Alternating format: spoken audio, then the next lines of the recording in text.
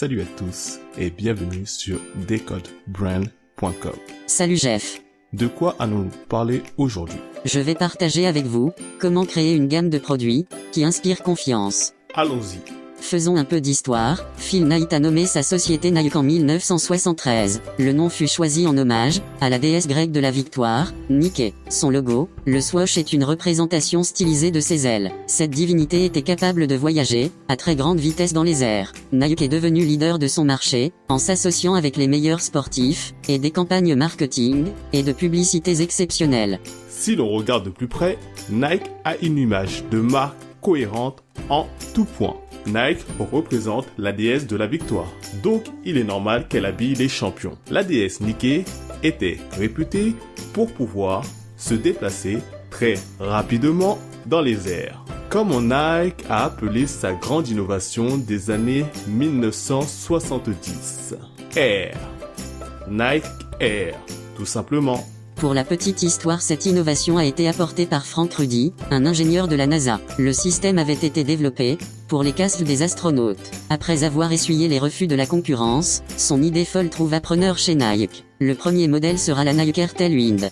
Mais le succès ne sera pas tout de suite au rendez-vous. Il faudra attendre la Air Force One en 1982 pour faire exploser les vents. Air Force One est le nom de l'avion du président américain. Encore des ailes et de l'air est la notion de premier. Mais c'est en 1984, avec la Air Jordan, que tout changera. Elle sera la première chaussure de sport à être vendue à plus de $100, ce qui était une sacrée somme à l'époque. Regardons le premier logo Air Jordan. Vous serez surprise, jusqu'où va la cohérence de la marque Nike. Nous avons à première vue un ballon ailé qui ressemble fortement au disque solaire ailé égyptien. Dans ce cas, le soleil symbolise la divinité Ra, et les ailes Horus. Le logo Air Jordan est dans le même esprit, des ailes qui portent la victoire. Le ballon représente la déesse Nike, et les ailes l'élu, Michael Jordan. Encore une fois, les notions d'aile et de premier sont présentes. C'est marrant comme comparaison, lorsque l'on sait qu'historiquement parlant, l'Égypte et la Grèce ont beaucoup partagé. Sais-tu que le logo a changé en 1987 pour devenir une silhouette? Tout à fait. Le nouveau logo représente Michael Jordan qui s'envole avec la balle à la main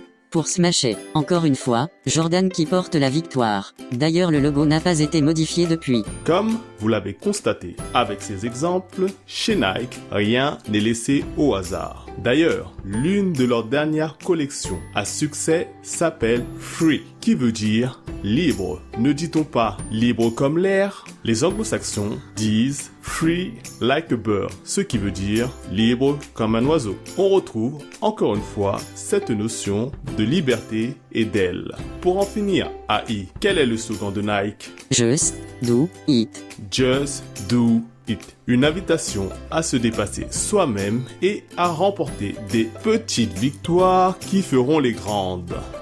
Donc, je récapitule. Si vous développez une gamme de produits ou de services qui reposent sur votre image de marque, assurez-vous qu'ils respectent tous les codes et les valeurs qui font votre image de marque. C'est ce qu'on appelle la cohérence de la marque, une condition sine qua non pour inspirer la confiance. Je crois que la boucle est bouclée, Jeff. Merci AI. C'est un plaisir, Jeff. Et à bientôt. Et n'oubliez pas de liker notre page Facebook